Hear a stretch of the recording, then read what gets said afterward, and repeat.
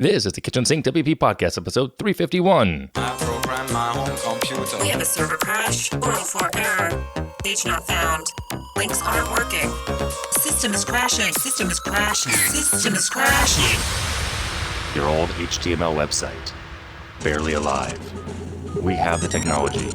We have WordPress. A new website, better than it was before. Better, stronger, faster.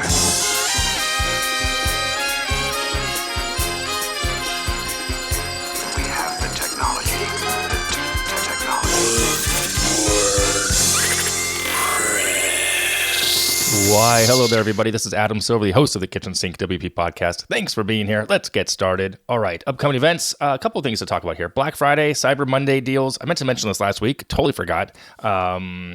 But yeah, they're coming up and they are out there. And I have a page again. Once again, I have my page over at kitchensinkwp.com/deals 2020. We'll take you to that page. And I'm adding things as I get information about them. And mostly, all the things I add are the tools and services that I use. I'm not going to just, take any little thing. So check those out. There's discounts. Some are active right now. Some will be coming more readily available as the next days and weeks get closer because there are embargoes, I guess we call them. We can't put them out there just yet. So yeah, stay tuned for more of that. Check them out. And I do get some affiliate income that way. So FYI, full disclosure there. Also in upcoming events, because of the holidays, my buddy Mike Demo has created a gift exchange, WordPress community gift exchange 2020. I'll put a link in the show notes. It's through Elfster. It's pretty cool. Right now, there are 31 people participating. The budget is $40 per person. You can sign up by December 1st with exchange gifts by the 23rd. They should be delivered to the person by then, kind of thing. So should be a lot of fun. I'm going to do it. I am going to sign up for that. I'm just looking forward to helping out, giving gifts this year and exchanging gifts and whatnot. So check that out too. Link in the show notes. That is it for upcoming events because there's no more WordCamps that I know of at the moment, and no one shared any other events for me to share. So moving on, segment one in the news. Two things here also. Critical privilege escalation vulnerability affected Ultimate Member plugin, 100,000 sites. And actually this rang right to home. WordFence put this out explaining what happened back in October. I have a client who actually, we didn't build the site, but we manage it and maintain it now. So they are running Ultimate Member. We took care of that right away and updated that. Highly recommended that you update to version 2.12 or newer immediately. And there's a whole write-up over on the WordPress site for that. And also in the news, I just want to say thanks to all the birthday wishes that came in last week and comments on the podcast itself. It was really nice of you. I got some gifts from some of my friends in the WordPress space. Also very nice of you. And I've used them. I've lit some candles. I've blown some leaves. So pretty cool. I do appreciate that. So, all right, moving on to segment 2, the meat potatoes. But before that, let's take a listen from a message from our sponsors.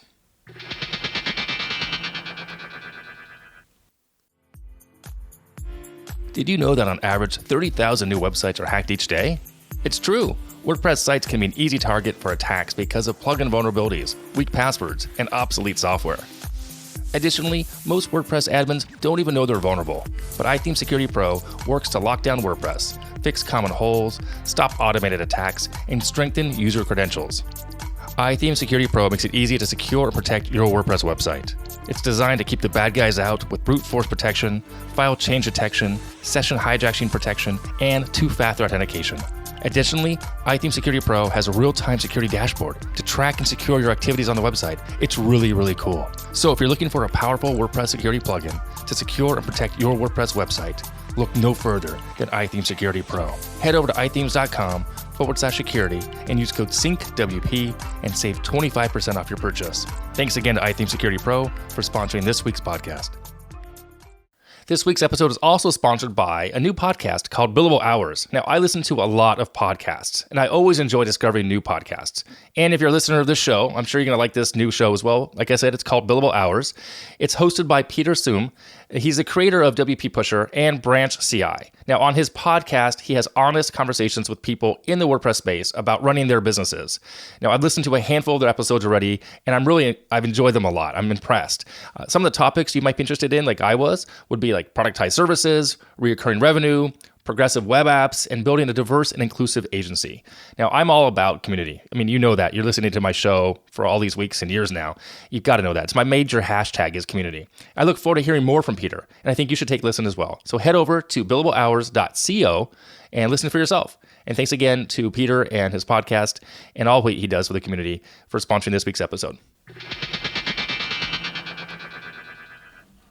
Moving on now to segment 2, the Q&A episode. That's right, we've done 8 more weeks.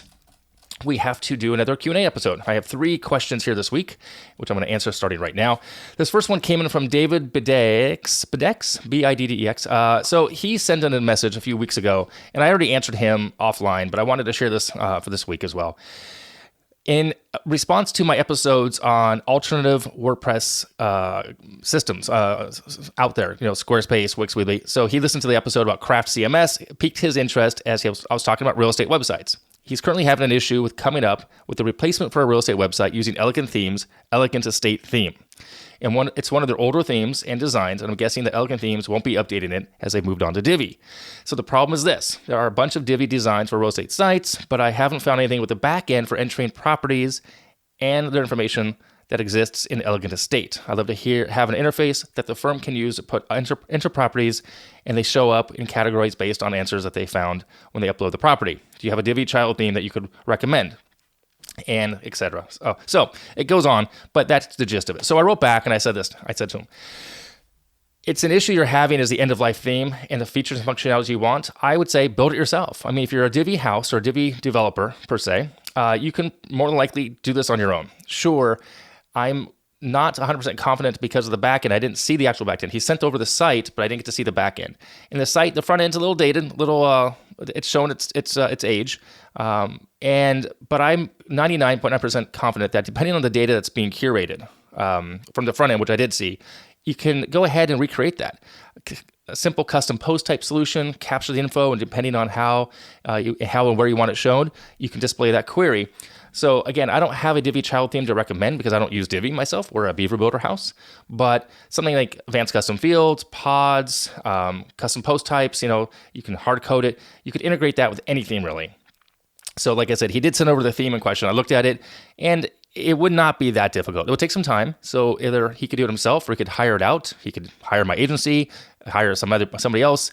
And that way on the back end, you could actually have it be, customizable. So I think that's the answer. And that's what I told him, and he appreciated that. And if he wants to go ahead, hey, Dave, if you're listening, if you want to send over the login, I can look more to see what the backend looks like. But I am 99.9% sure that it's just a ton of custom post types using like ACF or pods or what's the other one called? It escapes me right now. Toolset, I believe, is the other one. So there is that. Great question. Yeah, and when themes go out of date or styles change and things are baked into that theme, that is a downside of having things hard coded into a theme versus a plugin or in that type of situation. So let me know if you need more help with that one. Question 2 is, do you charge for discovery calls? And if you do, how much and what do you ask? This one has no name. Unknown. Anonymous, not unknown, anonymous. So, let's see. I've gone back and forth on this issue for many, many years. The short answer, right now, I don't charge for discovery. But that said, my discovery is short, usually 10, 15-minute phone call on the maximum. From there, I can often tell if it's going to be a good fit for both the client and for myself. What I ask is, let me go back. What I've charged in the past has been, what did I charge? I was at like $250. I think I did it way back living in California. I talked to my friend Steve about it. He said, you got to charge for it. And I did that, and it felt weird to do it. And I remember the client was like, well, what am I paying for? Because we had a conversation for about an hour at a coffee shop. I remember this vividly. And I said, well, look, I'm going to type up all the notes I just gave you, all the commentary, everything you were just asking about, and then you can go ahead and shop that around. You'll know what you need to do next. So that was the discovery. Nowadays, my discovery's changed. It's more of a quick phone call. And then from there, I will actually say this. I often then will go into a site audit. If it's a good fit and they want to move forward, I explain how we charge, but I need to give them a quick site audit. I'll spend 15 minutes on that once I get access to it, my own login for that. And then from there, they can decide what they want to do. And again, I don't take maintenance clients for sites we didn't build. So if it's a site in question that's already existing, I tell them we won't take them as maintenance, but we'll move into a retainer for 1 to 3 months, depending on the scale and scope of the site, what needs to be done. and then they can stay in retainer or they can move to maintenance after that. If it's a brand new site, then it's a kind of a different situation. But as far as what I ask, fairly basic. I ask them their goals. What action do they want their visitor to take when they visit the website? Do they want them to call in? Do they want them to buy something? Sign up for an email list? What is it that they want the action to happen? What current issues are they having, if any? What minimum requirements and features do they think they need? And I say they think because a lot of times the owner of the site they don't know what they need. They come to me. They come to us as experts to tell them what they need by listening, right?